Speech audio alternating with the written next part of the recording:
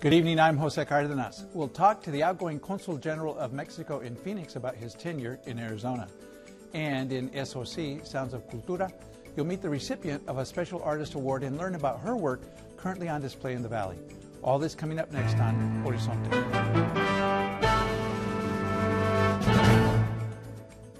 Funding for Horizonte is made possible by contributions by the Friends of Eight, members of your Arizona PBS station. Thank you for joining us. Victor Manuel Treviño Escudero has been the Consul General of Phoenix for the past 3 years. The diplomat took over the office in May of 2010, less than a month after Governor Jan Brewer signed SB 1070 into law. During his tenure, Treviño Escudero has been credited with maintaining strong relations with business leaders and government in Arizona. Mexico's president has named a new Consul General for Phoenix, Roberto Rodriguez Hernandez. He previously led Mexico's consulates in El Paso and Nogales.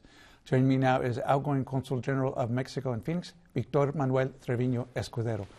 Senor Consul, welcome back to Horizonte.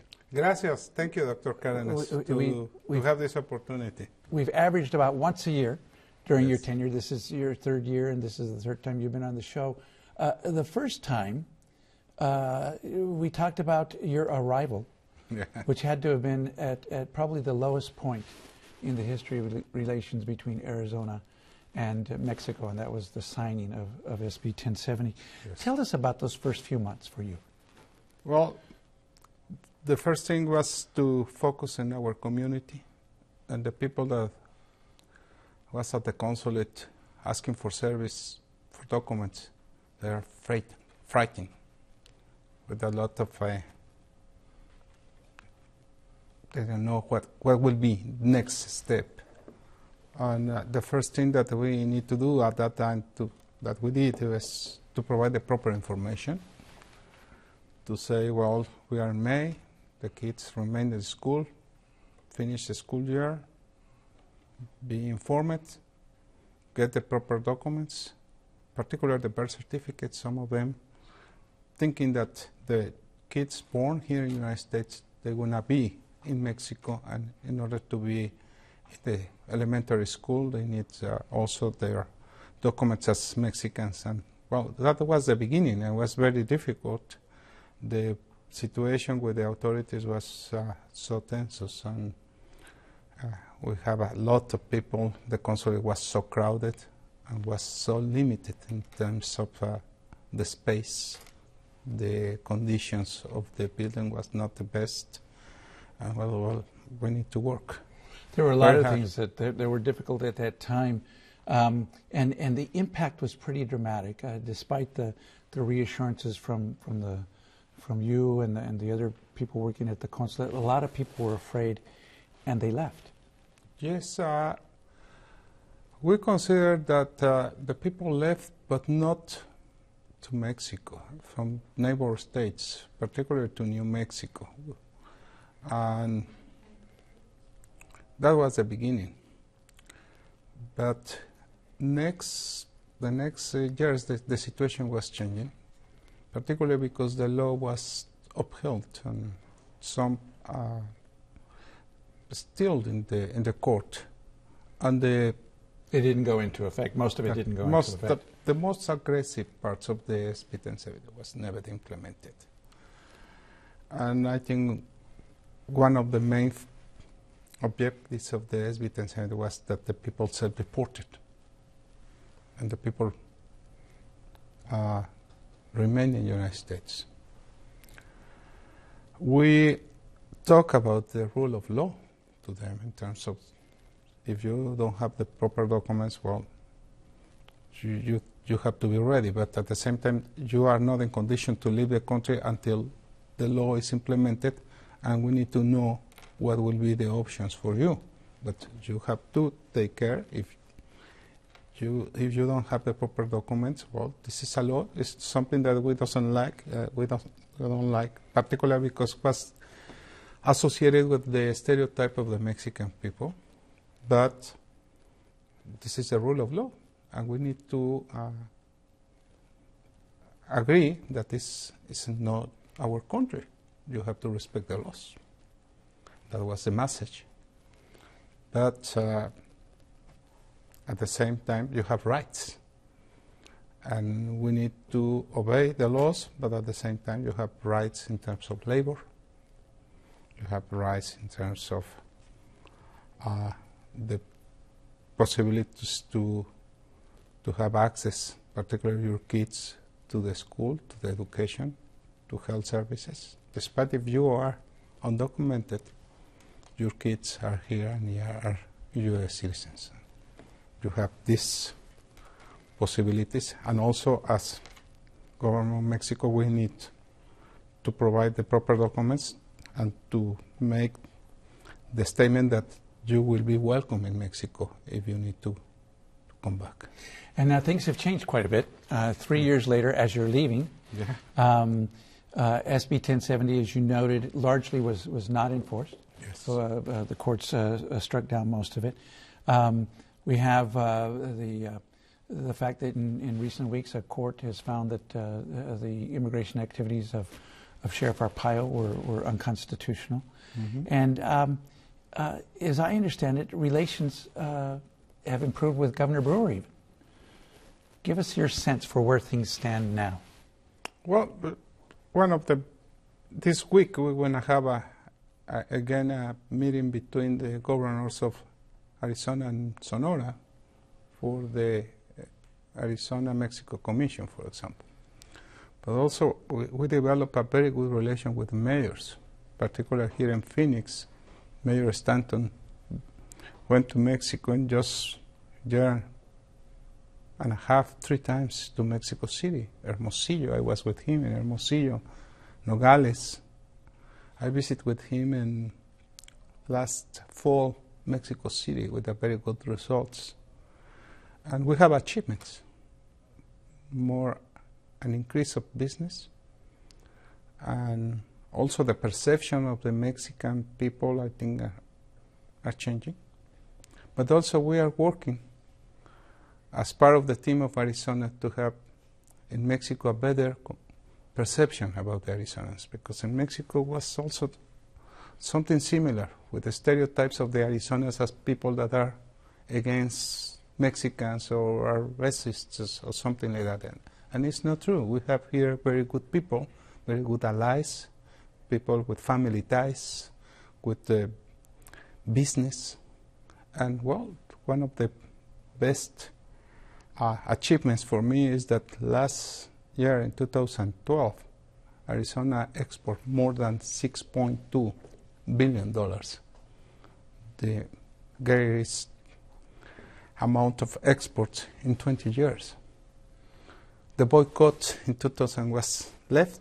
We have developed a very good relation with the presidents of the different chambers of commerce here, with entrepreneurs, with businessmen, and we make a balance. And even Governor Brewer has commented on the importance of Mexico as a trading partner for Arizona. So I remember in the State of the State, that was one of the main topics regarding Mexico that the government mentioned was Mexico is the first trading partner.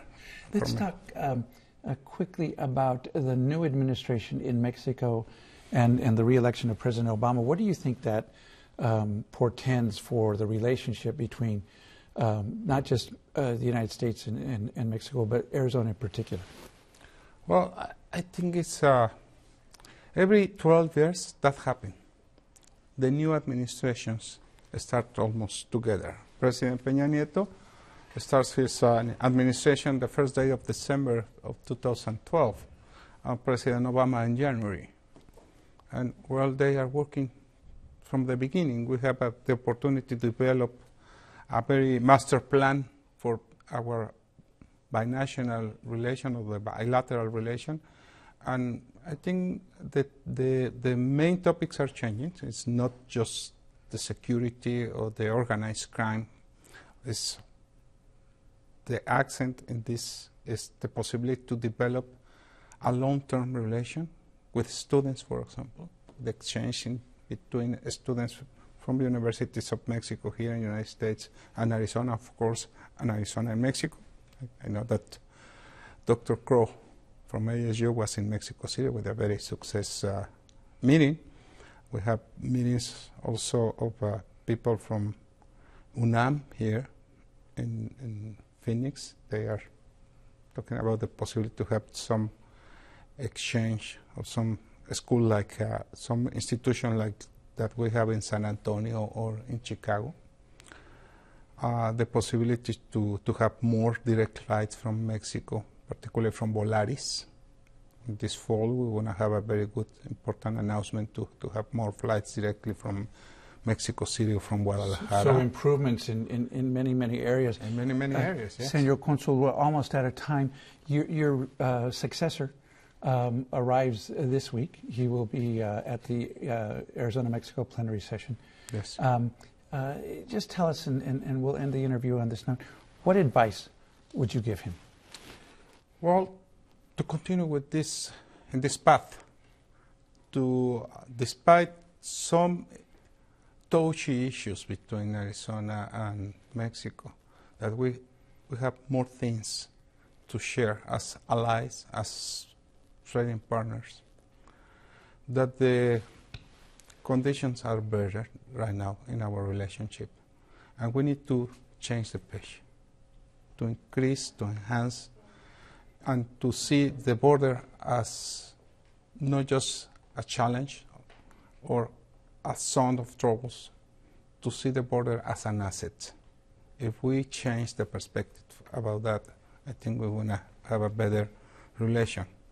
The culture and the art also are very good tools for that. Which is something that you were very, very good at, and I apologize, but we're out of time. I do want to say, Consul General Trevino, thank you for being a guest on our show over the years, and thank you for the work you've done to improve relationships between Arizona and Mexico, and best of luck. Thank you. It was a privilege for me, an honor to represent my country, but also to serve to our community here in Phoenix. Thank you so much. The Sonoran hot dog is appearing in food carts in some parts of the valley and also in southern Arizona. The dish takes the American hot dog and transforms it into a unique dish that puts both flavors from both sides of the U.S.-Mexico border. AZPM producer Luis Carrion takes a look at this culinary expression of our region. It's early Friday evening, and people are leaving work and shifting into the weekend mode. For many, that means a stop at a local eatery. Here at Downtown Kitchen and Cocktails, Janos Wilder oversees activities as his staff kicks into gear. A lot of people come in and have dinner and drinks. Happy hour is just about starting now, so people are coming in for happy hour. We've got the ATC opening tonight, so we'll be nice and busy for that. It's a really busy time downtown. A lot going on downtown. Janos' restaurant is known for innovative dishes that take Wilder's French culinary training and tap into connections with Southwestern food traditions. He says the happy hour menu in particular is where the food is less formal and plays with regional traditions that create a sense of place. So all sorts of fun things like that, and our version of the Sonoran hot dog, the J-Dog. Wilder says the Sonoran hot dog is an odd creature. It came out of Hermosillo, Mexico, but it's evolved entirely as a regional dish along our border region, quickly gaining popularity. I became enamored with the Sonoran hot dogs, gosh, I guess 7 or 8 years ago, maybe even a little bit longer, when they started popping up. Never had heard of them, right? Then you see these little hot dog stands on the side of the road. What's this all about? And so I started checking them out. We used that as sort of the inspiration for our dog. Ours is a little bit different from that, but it was really inspired. And really, it's really an analog to that dog. Wilder says the authentic Sonoran hot dog dining experience needs to take place at a street cart, like this one. Less than a mile away from Janos' place on South 6th Avenue, you'll find Noe Maciel's establishment. A typical dogueria, as these carts are known, and the inspiration for the J-Dog. It's popped up, I don't know, 10 or 15 years ago, and you started seeing these. Now they're everywhere. It seems like every vacant lot got it. Either it's taqueria or a Sonoran hot dog stand, all over the place. And just in places like this, people just pop in and out, get a hot dog, or in a place like this, and come in, get a soda, and go back to work or be on their way. And he's got a great corner here. It's a typical weekday here at Noe Maciel's Dogueria, and people are pulling into the lot to place their orders. Some eat at the tables or in their cars, and some pick up large orders to take back to co-workers. Bun's really important. super fluffy bun. These are all made here in Tucson. They're really fluffy buns. Got a toasted bun. The hot dog is a smaller hot dog, and it's wrapped in bacon. So you have the pork from the hot dog, you have the pork from the bacon. That flavor is really important. Then, once the bun's toasted, in the bottom of the bun go pinto beans. Then there'll be a variety of condiments on top. Mayonnaise, tell me why. I don't know why. Mayonnaise, where does that come from? I've tried to figure it out. Mayonnaise, mustard, usually onions, and then a chili güero, a yellow roasted grilled chili on there. That's the basis. Noe Maciel is originally from Michoacán. He says they have hot dogs there, but they're nothing like the Sonoran hot dog. Maciel says he uses the same recipe as all the other dogueros, except he toasts the bun and others will steam it instead. As for the mayonnaise, he says this ingredient, like all the others, are part of the discovery process. Mayonnaise, along with about a dozen different ingredients, combine to make the Sonoran hot dog a unique culinary expression of the border region. Llanos says the dish may have originated in Hermosillo, but it's crossed the border now, and it's part of the culture of this region as well as the menu at his restaurant. Our hot dog is directly along with the Sonoran hot dog, and I think the Sonoran hot dog also has a sense of place. And so that's what you're talking about, is a sense of place, which is really important to me in all of the cooking that we do. So here, the smoked poblano crema, the poblanos that are grown here, the nopalitos from this region, the great hot dog, the buns that are made here locally. All of those flavors really tell a story about where we live and where we are on the border. And that's important to me in all of the food that we do. That's why it's so important that we use the local gardeners, we use the local products, we use a lot of the products from native seed search. Some of them have been growing here for over 5,000 years. So really, to be in touch with where you are, to give the food a sense of place, to ground it in the region where we live.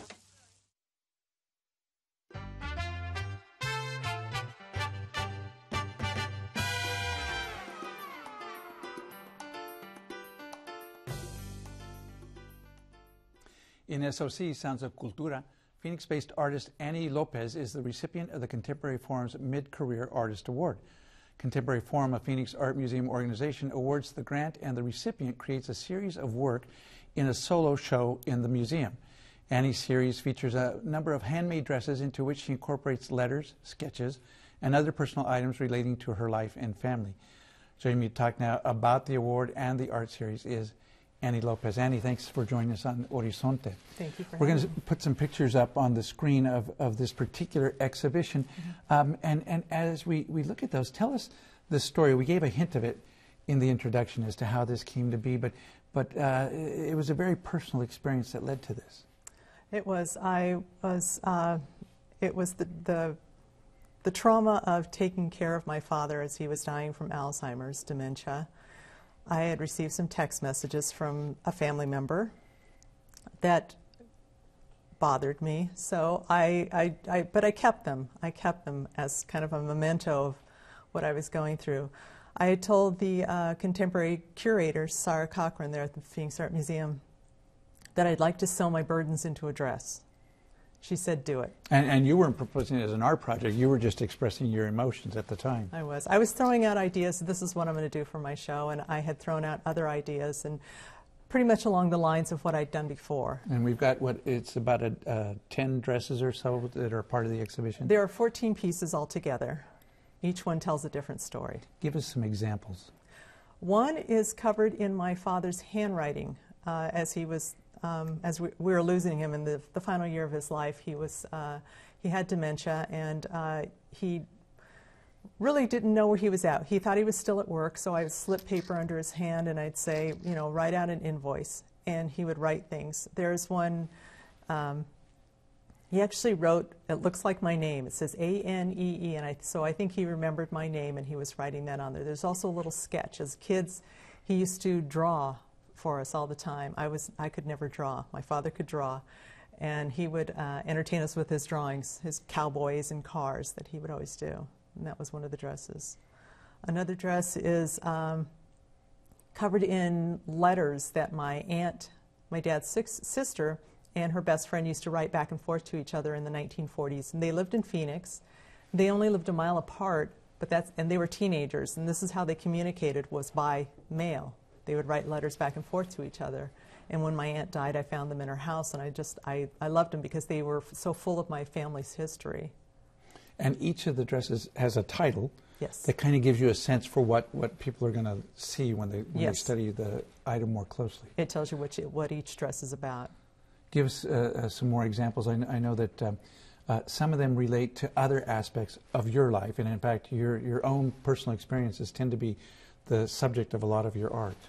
They are. One of them is called Failed Relationship, and it's actually a breakup letters from an old boyfriend. As an artist, I don't throw anything away. I've been married for 27 years, so it's a very, very old breakup letter. Another one is covered in medical conditions that I was thinking about as my father was being sick. One is covered in report cards. I was a C student in art when I was in elementary school, and I thought this was just a good way to get back at those old teachers who thought I was a C student in art. Another one is has a fire report. My family's business was burned down, and there was no investigation. So rather than think about that, I sewed it into the dress. And any qualms about putting so much of yourself, your personal life, your experiences, out on public display like that? Sometimes, but I would rather express what I have to express than hold it in. It's just not worth hanging on to some of these things. I always enjoyed the luxury. I've been an artist for 31 years now, an exhibiting artist, and I'm really happy that I have this outlet, that I'm able to put these problems, these issues, these burdens into my artwork, and I don't have to carry them around with me. I always felt like I could put them into the art piece, hang it on the wall, and I'm done with it.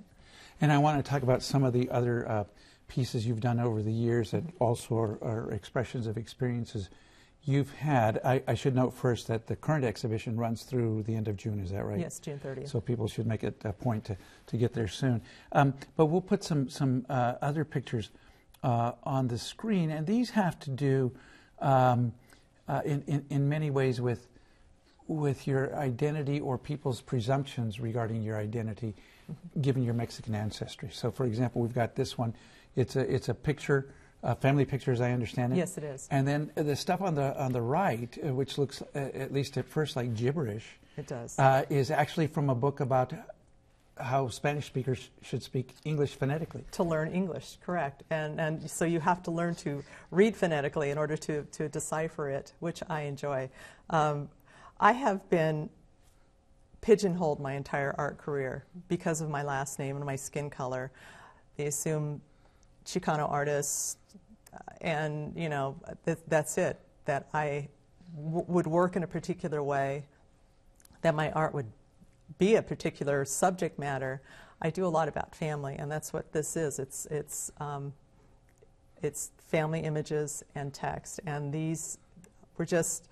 The series was called Spick English because this is what it says in the book. It says we need to learn to speak English. That's how the Spanish speakers are taught to speak English. And an unintended, I'm sure, use of what is a derogatory term right. for Mexican. Correct, and that's why I left it in there, because this way it doesn't hurt me. And we had another one. I don't know if we'll have time to put it up on the screen, but as I recall, one of these talks about your mother not cooking traditional Mexican foods, and the other one had to do with you and your Mexican ancestry and not necessarily showing that. Right. I have always been in disguise to certain people that they're not aware that I am Mexican. People will always ask me if I'm of, they'll throw out things like Italian, they'll throw out things like Polynesian, and when I tell them I'm Mexican, they seem deflated, like this is a bad thing, and but it's not. So this is why I use my artwork as a way of getting back at these sort of ideas about me. And it's all very fascinating, and I do hope people get out there to see the exhibition because it looks wonderful. Thank you so much for joining us here on Horizonte. And that is our show for tonight from all of us here at Horizonte. I'm Jose Cardenas. Have a good evening.